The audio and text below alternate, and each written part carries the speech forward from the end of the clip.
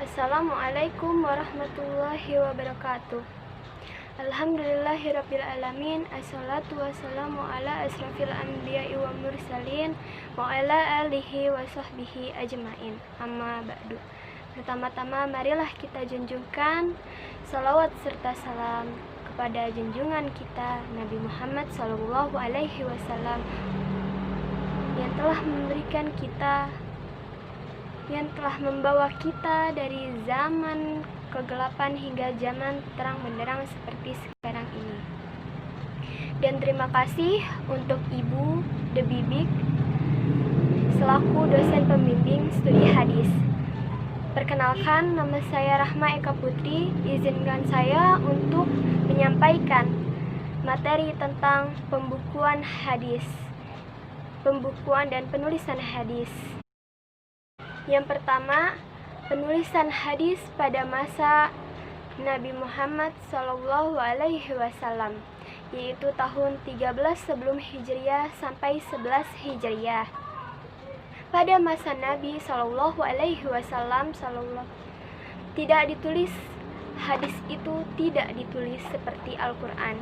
Ketika Al-Quran turun, Nabi langsung menyuruh sekretarisnya untuk membukukan Al-Quran atau menulis Al-Quran. Yaitu ketika hadis turun, Nabi melarang untuk menulis hadis. Dikhawatirkan hadis akan tertukar dengan Al-Quran pada saat itu, seperti yang diriwayatkan pada Abu Sa'id Al-Khudri, yaitu An Abi Sa'idul Khudri Ana Rasulullah sallallahu alaihi wasallam qala la taktubu anni wa man kataba anni ghairal qur'ani falyamhu. Diriwayatkan dari Abu Sa'id Al-Khudri bahwasanya Rasulullah sallallahu alaihi wasallam bersabda, "Janganlah engkau tulis tentang aku, barang siapa yang menulis tentang aku selain Al-Quran, maka hapuslah." Hadis riwayat Muslim. Namun pada kesempatan lain, Nabi memperbolehkan hadis untuk ditulis, seperti pada peristiwa Futuh Mekah. Nabi sallallahu alaihi wasallam bersabda, kemudian seorang laki-laki yang bernama Abu Syah yang dari Yaman berkata, "Tuliskanlah aku." Maka Nabi meriwayatkan, "Aktubu anni bi li Abu Syah." Tuliskanlah aku untuk Abi Syah. Hadis riwayat Bukhari.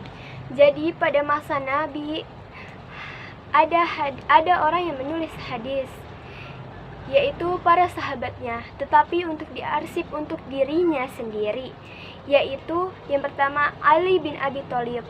Beliau memiliki buku tentang hadis-hadis tentang hukum pidana, zakat, dan sebagainya. Yang kedua Abdullah bin Amr bin As. Beliau memperoleh izin dari Nabi menulis hadis untuk tulisan yang diberi namanya adalah As-Sahifah As-Sadiqah.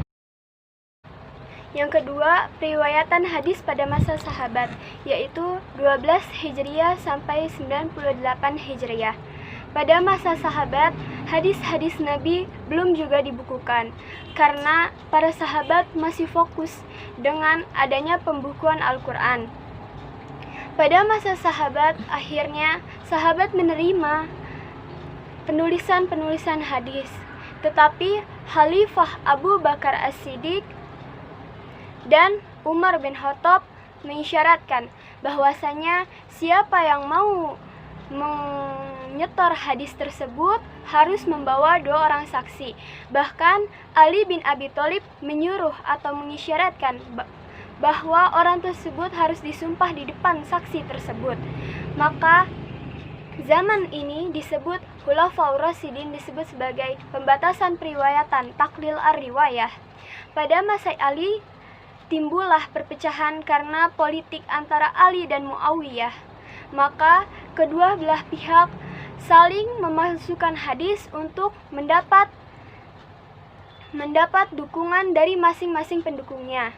Maka para ulama di kalangan sahabat tidak segan-segan untuk mencari mana yang palsu dan mana yang tidak dengan cara berjalannya atau rihlah dari Mekah ke Madinah atau dari Madinah ke Mekah, karena pada saat itu para ulama-ulama yang besar sudah pada terpisah.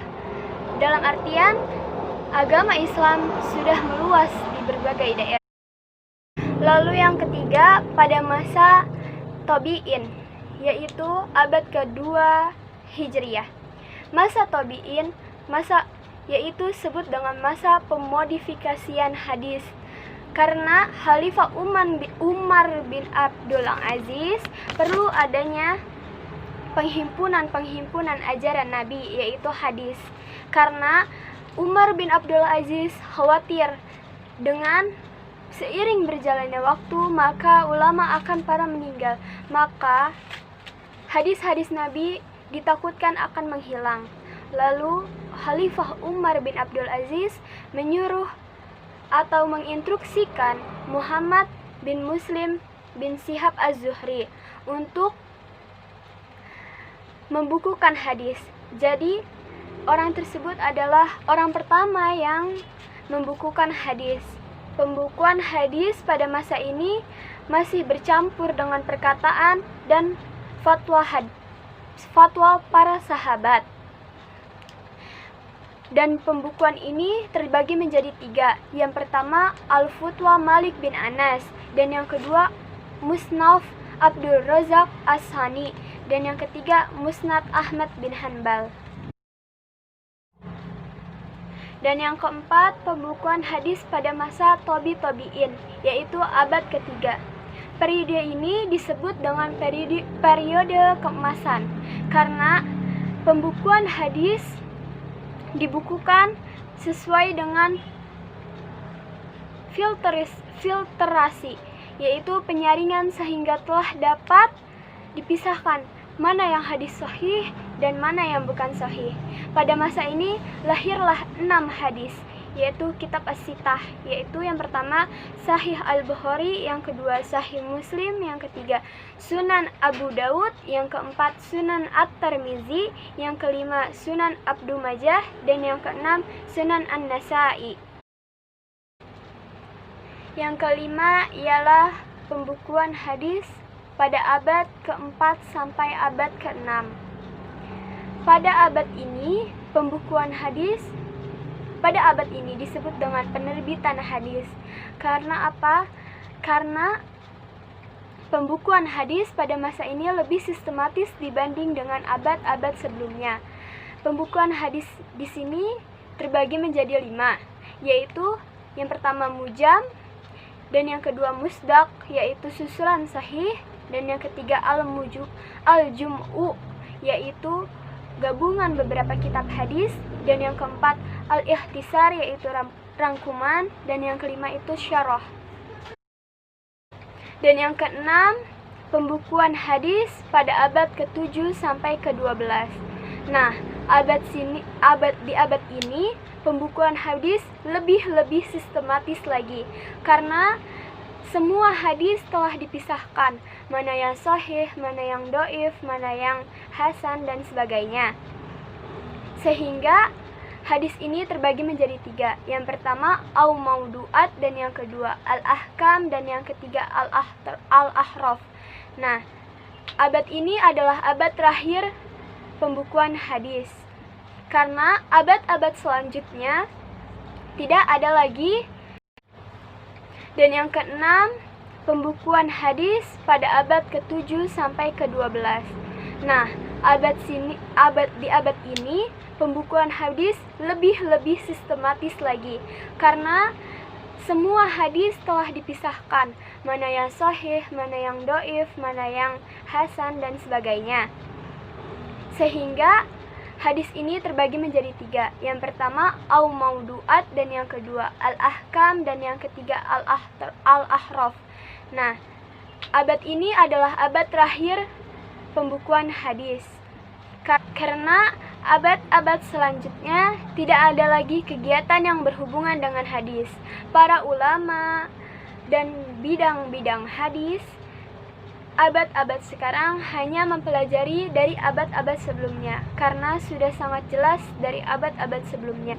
Saya rasa sampai sini saja karena kesempurnaan hanya milik Allah dan kesalahan